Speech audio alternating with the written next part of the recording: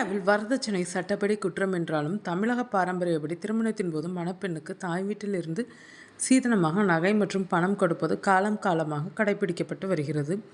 இந்திய திருமணங்கள் அவற்றின் பிரம்மாண்டம், சடங்குகள் மற்றும் ஆழமாக வேரூன்றிய மரபுகளுக்காக பெயர் பெற்றவை. மேலும் இந்த கொண்டாட்டங்களின் மையத்தில் தங்கம் முக்கிய இடத்தை வகிக்கிறது. மணப்பெண் கழுத்தணிகள் முதல் பரம்பரை வளையல்கள் வரை தங்க நகைகள் ஏறக்குறைய ஒவ்வொரு இந்திய திருமண விழாவிலும் ஒரு முக்கிய பங்கை வகிக்கின்றனர். மாறிவரும் ஃபேஷன் போக்குகள் மற்றும் நவீன வாழ்க்கை முறைகள் இருந்த போதிலும் இந்திய திருமணங்களில் தங்கம் தொடர்ந்து ஆதிக்கம் செலுத்துகிறது.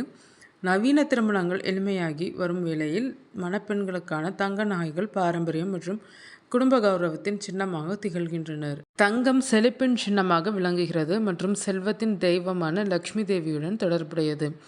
ஒரு மணமகள் தங்க நகைகளை அணிந்து தனது புதிய வீட்டிற்குள் நுழையும் போது அவள் ஆசீர்வாதங்களையும் செல்வ செழிப்பையும் நிதி நிலைத்தன்மையும் கொண்டு வருகிறாள் என்று குடும்பத்தினர் நம்புகிறார்கள். அடையாளபூர்வமாக மட்டுமல்லாமல் தங்கம் மணமகளுக்கு நிதி பாதுகாப்பாகவும் விளங்குகிறது. வரலாற்று ரீதியாக அவசர காலங்களில் பெண்களுக்கு ஆதரவளிக்கக்கூடிய ஒரு தனிப்பட்ட செல்வத்தின் வடிவமாக தங்கம் வழங்கப்பட்டது. பாரம்பரியம், உணர்வுபூர்வமான மதிப்பு மற்றும் நீண்டகால முதலீட்டு சாத்தியம் ஆகியவற்றின் இந்த கலவையானது தங்கத்தை இந்திய திருமண சடங்குகளின் ஒரு இன்றியமையாத அங்கமாக ஆக்குகிறது. பெற்றோர் வீட்டில் சீதனமாக வழங்கப்படும் பொருட்கள் அந்த பெண்ணுக்கு சொந்தமானதா அல்லது அவருடைய கணவரின் குடும்பத்தினருக்கும் சொந்தமானதா என்பதை தான் இந்த வீடியோவில் பார்க்க போகிறோம். இந்தியாவில் நடக்கும் ஒவ்வொரு செயலும் அரசியல் அமைப்பு சட்டம் மற்றும் அதன் கீழ் இயற்றப்பட்ட பல்வேறு சட்டங்களால் முறையாக நிர்வகிக்கப்படுகின்றன. அப்படித்தான் பெண்கள் கொண்டு வரும் சீதனம் யாருக்கு சொந்தம் என்பதற்கு இந்தியாவில் சட்டம் இருக்கிறது. ஒரு பெண் திருமணத்தின் போது தனது பெற்றோர் வீட்டிலிருந்து கொண்டு வரும் நகை அல்லது பிற சொத்துக்கள் அனைத்தும் அந்த பெண்ணின் தனிப்பட்ட சொத்தாகவே கருதப்படும். இதற்கு முன்னர் நடந்த குடும்ப தகராறு வழக்குகளில் பல முறை உச்சநீதிமன்றம் இதே தீர்ப்பை தான் வழங்கியுள்ளது குறிப்பிடத்தக்கது. அந்த வகையில் பெண்கள் திருமணமாகி கணவர் வீட்டுக்கு செல்லும் போது பெற்றோர் வீட்டிலிருந்து பணம், தங்க ஆபரணங்கள், வெள்ளி பாத்திரங்கள், ரொக்கப்பணம், வங்கிகளில் ஃபிக்ஸட் டெபாசிட், நிலம், வீடு மற்றும் இதர பொருட்கள், அதாவது வீட்டு உபயோகப் பொருட்கள் என அசையும் மற்றும் அசையா சொத்துக்களை சீதனம் என்ற பெயரில் கொடுப்பது வழக்கம்.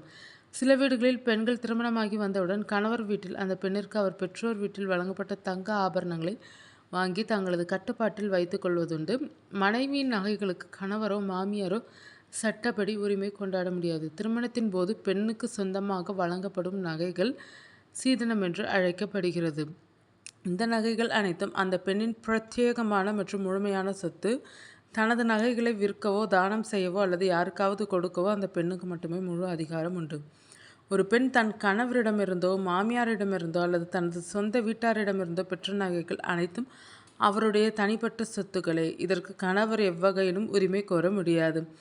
அதேபோல் மாமியார் அல்லது கணவரின் குடும்பத்தினர் அந்த பெண்ணின் நகைகளை அவரிடமிருந்து வலுக்கட்டாயமாக பறிக்கவோ உரிமை கொண்டாடவோ சட்டத்தில் இடமில்லை.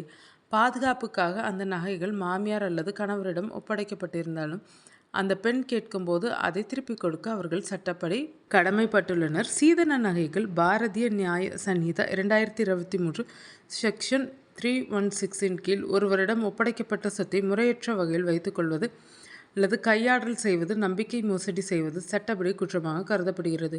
இதற்கு 3 ஆண்டுகள் வரை சிறை தண்டனை மற்றும் அபராதம் அல்லது இவை இரண்டும் சேர்த்து விதிக்கப்படலாம்.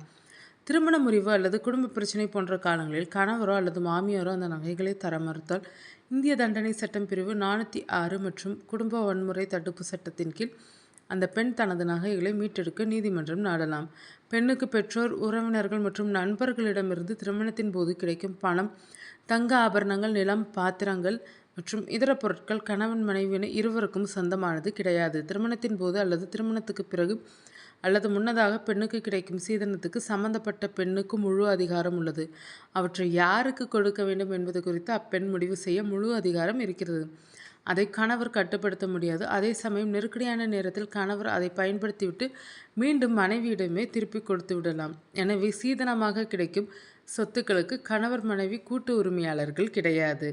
அதோடு கணவரும் அதற்கு உரிமை கோர முடியாது. சீதனத்தை தவறாக பயன்படுத்தினால் சட்டப்பிரிவு 406 கீழ் நடவடிக்கை எடுக்கலாம் என்று சுப்ரீம் கோர்ட்டில் தனது முந்தைய தீர்ப்பில் கூறியுள்ளது.